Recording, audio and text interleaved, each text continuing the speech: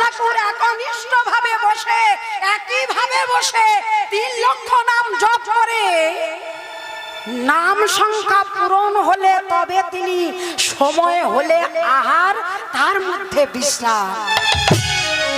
এমনকি লক্ষ্য হীরা এসেছিল সাধনা ভঙ্গ করার জন্য। লক্ষ্য হীরাকে বলেছিল, মা তুমি একটু অপেক্ষা করো, আমার জপমালা সংখ্যা পূরণ হোক, এই নাম সংখ্যা পূরণ হলেই তবে আমি তোমার সঙ্গে কথা বলে নেব। মহাপ্রভু নিজেই বললেন, মর্কট বৈরাগ্য করে লাভ নেই, বাতুল হয়ে লাভ নেই।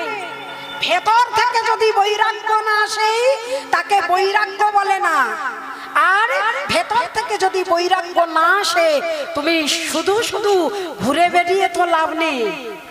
তাই গৌরাঙ্গ মহাপ্রভু